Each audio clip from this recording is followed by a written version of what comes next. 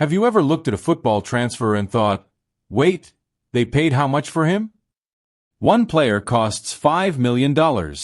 Another costs $20 million.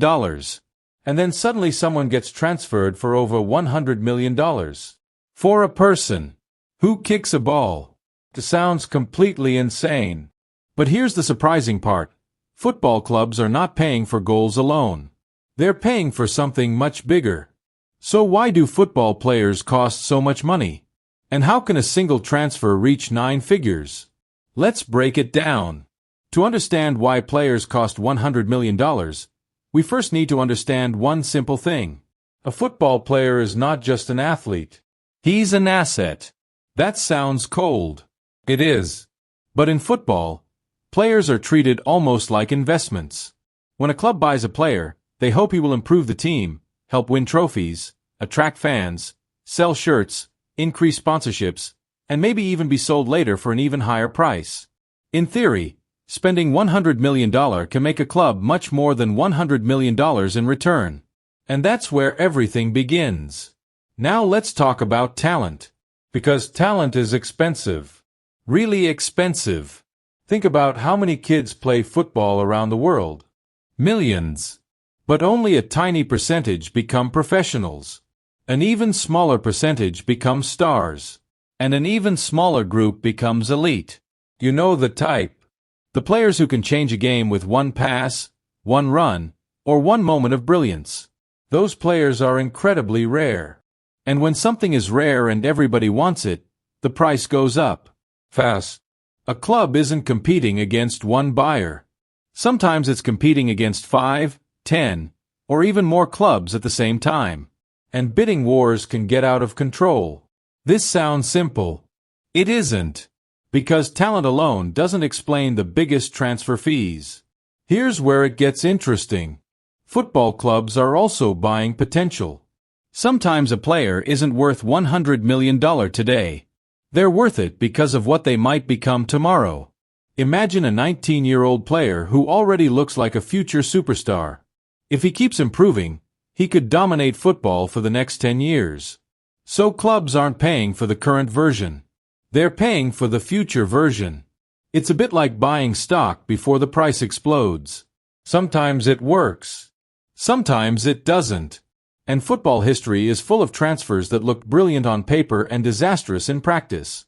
But clubs keep taking the gamble because the rewards can be enormous. Now let's add another ingredient. Contracts. This is where many fans get confused.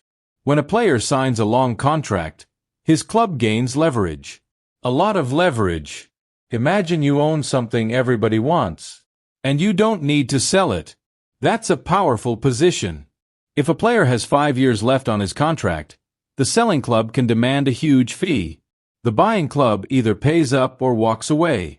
In practice, many of the biggest transfer fees happen because clubs are paying not only for the player, but also for the right to break that contract agreement.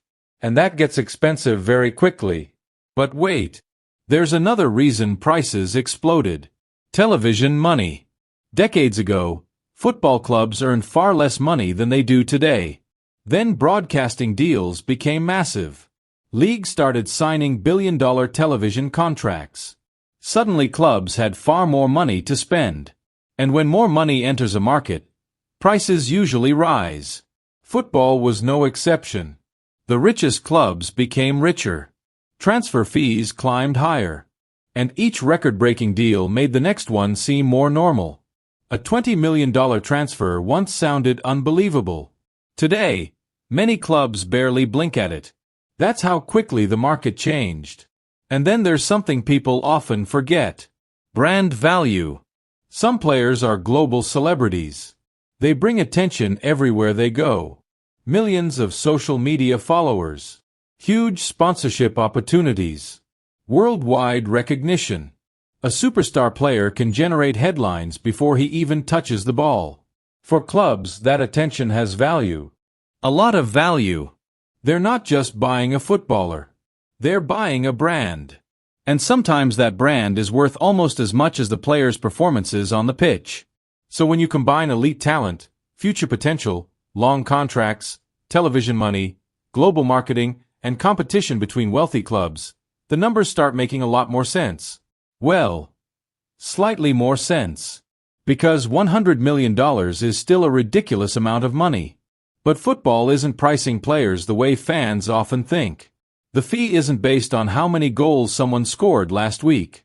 It's based on what clubs believe that player can deliver over many years.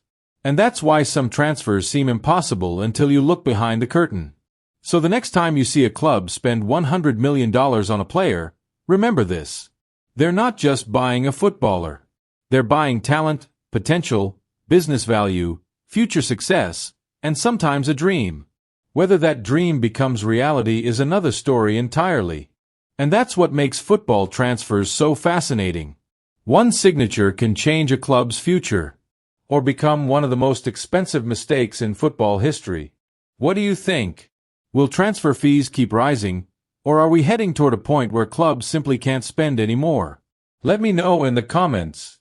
And if you enjoy simple football explainers that uncover the hidden business behind the beautiful game, make sure to subscribe for more videos. Because football is about much more than what happens on the pitch. Do not forget to like the video and subscribe to the channel for more videos. See you.